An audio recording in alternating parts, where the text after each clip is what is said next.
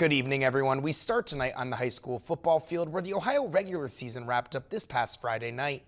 And the postseason kicks off this coming Friday, and several area teams will be looking to advance towards a state title. Starting in Washington County, we have a potential second-round rematchup between the Fort Fry Cadets and Waterford Wildcats.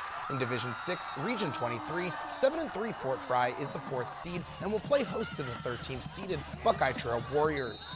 The game will be played at Fort Fry High School and is set for a 7 p.m. kickoff this Friday. Just down the road, the 8-2 Wildcats are also set for a home playoff game. Waterford will be the 5th seed hosting the 12th-seeded Fairbanks Panthers. That game is also set for a 7 p.m. kickoff at Waterford High School.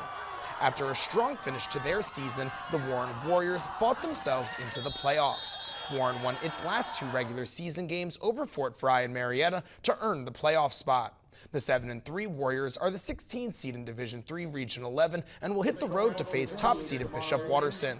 That game will be played in Columbus Friday night at 7 p.m.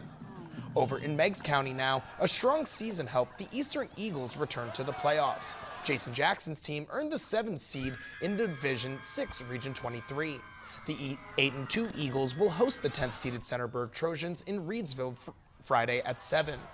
Up the river in Washington County now, the Frontier Cougars will play at least one more game this weekend. Frontier comes in as the 10th seed in Division 7, Region 27. The Cougars will hit the road Friday night and travel to Crown City to take on the 7th-seeded South Gallia Rebels. That game kicks off at 7 as well. Other nearby teams still playing this weekend include the Athens Bulldogs, who are the 7th seed in Division 3, Region 11.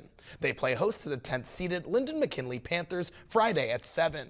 And in Noble County, the Caldwell Redskins are the 15th seed in Division 6, Region 23. They hit the road to face the 2nd-seeded Gallia Northmore Golden Knights. That game is also at 7 on Friday. Over in Morgantown, the Mountaineers traveled out to Arizona this past weekend and picked up a massive road victory to halt a 2-game losing streak.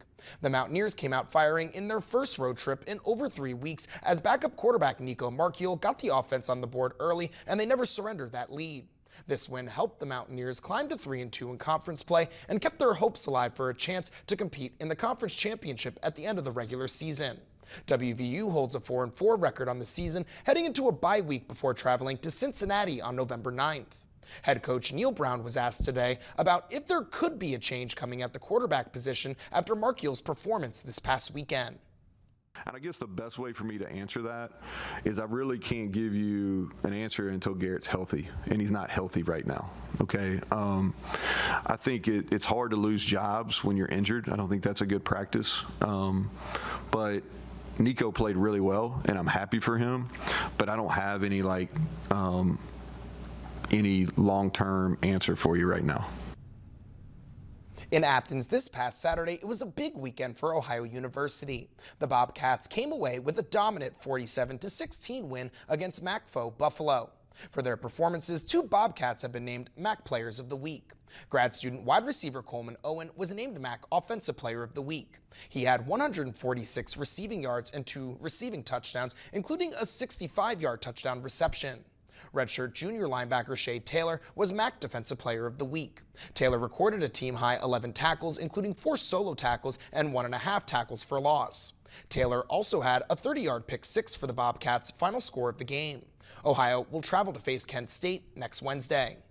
Now in Division 3 football, the Marietta College Pioneers find themselves in the D3Football.com Top 25 after a big homecoming victory against Baldwin Wallace Saturday, which moved the team's record to 7-0. The Pioneers came in at number 25 in the D3 poll. Marietta College will face Wilmington College this Saturday at 1:30 for Senior Day. Well, tonight's sports poll question asked you, who do you think will win Game 3 of the World Series as the series went back to the Bronx tonight? It looks like a majority of you guys were riding with the Dodgers tonight to take a 3-0 lead. Looks like a lot of you were right because the Dodgers are looking good right now in the 9th inning. Phyllis, that'll do it for sports. Thank you, Andrew. When we come back, Kirk has one last look at the weather.